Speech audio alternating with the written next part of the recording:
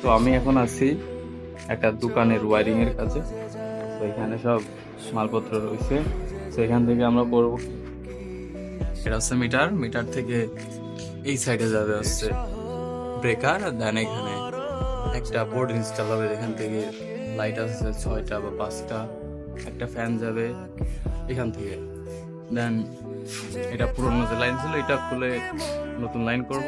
তো এখান থেকে একটা বোর্ড ইনস্টল হবে এখানে, এখানে একটা লাইট, একটা সকেট আর একটা ফ্যান চলবে। সো লেটস সি, কাজ শেষে বাকিটুকু দেখাচ্ছি। আর আমার সাথে আছে হেল্পিং হ্যান্ড, কি জানি নাম তোমার। তো সারাদিন শেষে কাজ কমপ্লিট। এখানে 8টা বাল্ব, এখানে 2টা ফ্যান, 2টা বাইরে গেছে লাইট। এটা হচ্ছে দোকানের জন্য বড় বড় লাইট যেগুলো।